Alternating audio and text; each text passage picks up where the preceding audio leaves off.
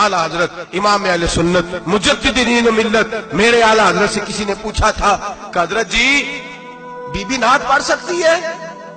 फतावा रज़विया की 14वीं जिल्द, बीबी मिलाद पढ़ सकती है? मिलाद आला हजरत ने फरमाया अगर बीबी मिलाद पढ़ गई हो, नात पढ़ गई हो और उसकी आवाज गैर महरम के कानों तक जा रही हो, फरमाया उसे सवाब नहीं होगा, उसे हराम काम करने का गुनाह दिया जाएगा।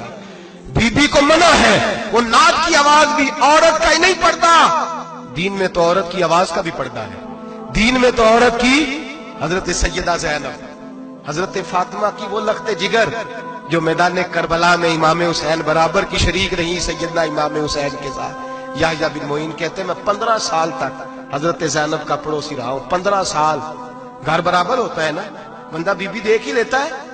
वो बीबी कभी पर्दा डाल के जा रही है दवाई लेने, कभी नजर आ ही जाती है।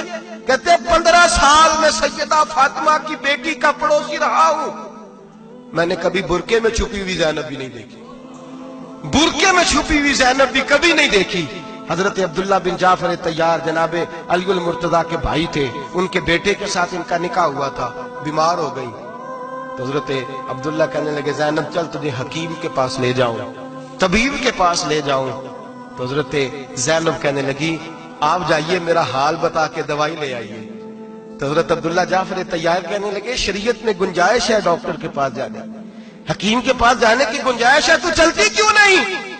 तो हजरत ज़ैनब कहने लगी शरीयत में गुंजाइश तो है पर अब्दुल्ला मेरी मजबूरी ये है कि मैं फातिमा की बेटी हूं। शरीयत में गुंजाइश तो है पर मेरी मजबूरी ये है कि मैं हुसैन की बहन हूं। शरीयत में गुंजाइश है पर मैं हसन की बहन हूं। शरीयत में बड़ी गुंजाइश है पर लोग मुझे मोहम्मद अरबी की नवासी कहते हैं। गुंजाइश तो है तो मैं नहीं ना निकल सकती, इसलिए कि जितना कोई अपने आप को दीन के करीब जानता है उतना उसके पैरों में शरीयत की जंजीरें ज्यादा होती हैं। तो जनाब सैयदना अब्दुल्ला कहने लगे अगर तू पर्दा कर गई, अगर तू चली गई, तो फरमाने लगे ये तो अल्लाह की मशीयत है, तू दवाई ला दे ताकि मैं खा लूं, और अगर मैं चली गई तो मैं अपनी माँ से जाके कहूंगी कि अम्मा सारी तकलीफें मैंने छाती पे बर्दाश्त की हैं पर मैंने तेरे पर्दे पर आंच नहीं आने दी।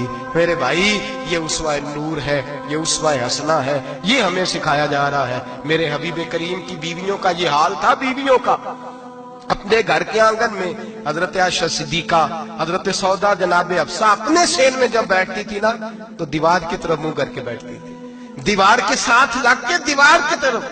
बीबियां अपने घर के अंदर भी दीवार की जानब मुंह करके बैठती थी। लोग पूछती, बीबियां पूछती कि अपने घर में भी दीवार को मुंह करने का मतलब? कहती हो सकता है कुछ छत पे चढ़े अचानक नजर पड़े, तो हम चाहती हैं फिर भी हमारा चेहरा नजर ना आए उसे, फिर भी हमारा चेहरा नजर, हम अपने घर के अंदर भी पाबंद रहती हैं।